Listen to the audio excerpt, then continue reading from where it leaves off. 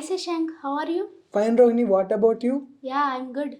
Actually, I'm unable to catch up you from many days. So, what's going on? Yeah, I have been in my exam. Oh, how was your exam? Good, most of the answers to the questions is none of the above. Oh, is it? Yes. After listening to you, I remembered the recent news. Such an interesting news. Yeah, I'm very keen to know that news. Can you please brief up that news? Yeah, sure. During the 18th Lok Sabha elections in Indore, BJP government won with 10 lakh majority, whereas Nota got 2 lakh votes. Here, the interesting point is that Nota was the competitor for the BJP candidate in Indore.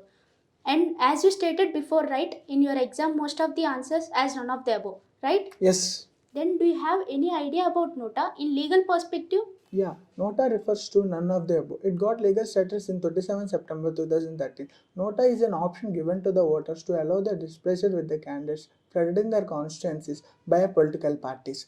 First country to introduce Nota is France, and first Asian country to introduce Nota is Bangladesh in the year 2008. Then what was the situation before the introduction of Nota in India? Yeah, if people wanted to exercise a similar situation, they have to do it under Rule 49O of Election Conduct Rules 1961. In such a way, they need to go to polling station and fill the form. In such a way, secrecy was compromised and Article 21 of Indian Constitution has been violated. Okay. Did you refer PUCL versus Union of India judgment? Yeah, basically in this case what happened is that the PUCL, which means People's Union of Civil Liberties, is an NGO, non-governmental organization, filed a petition in the Supreme Court by arguing that the Representation of Peoples Act 1991 is affecting the Article 19(1) of our Constitution, which is freedom of speech and expression. Basically, this act involves all the aspects regarding the elections, but in the same way, it does not adequately protect the secrecy of the individual.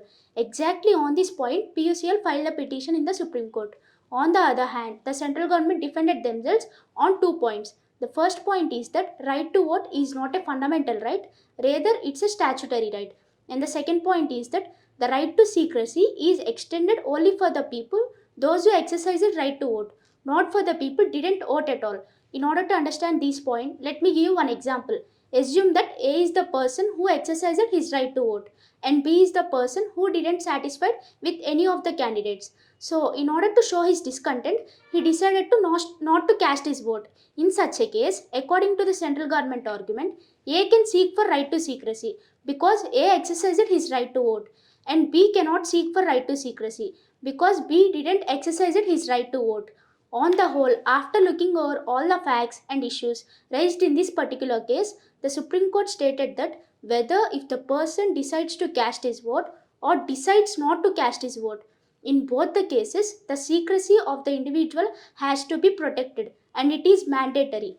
And moreover, the Supreme Court gave clear guidelines to the Election Commission of India to introduce NOTA, means none of the above, as an option in both electronic voting machines as well as ballot papers. After that, in September 2013, ECI, Election Commission of India, introduced NOTA as an option in both electronic voting machines as well as ballot papers. What was the positive aspect of Nota? Yeah, in my view, the first and the foremost positive aspect regarding the introduction of NOTA is that the secrecy of the individual has been fulfilled, which was the major concern of introducing NOTA has been satisfied.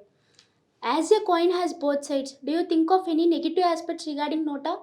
Yeah, most of the countries in India too, candidate with the highest majority of votes can be declared as a winner, regardless of nota votes.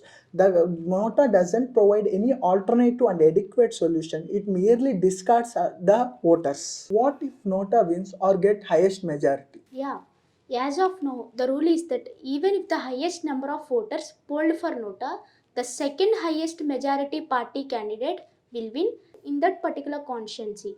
But till now, it was never happened in India. But if you look into the recent indoor results as well as some local body election results, Nota remains as a distinct possibility.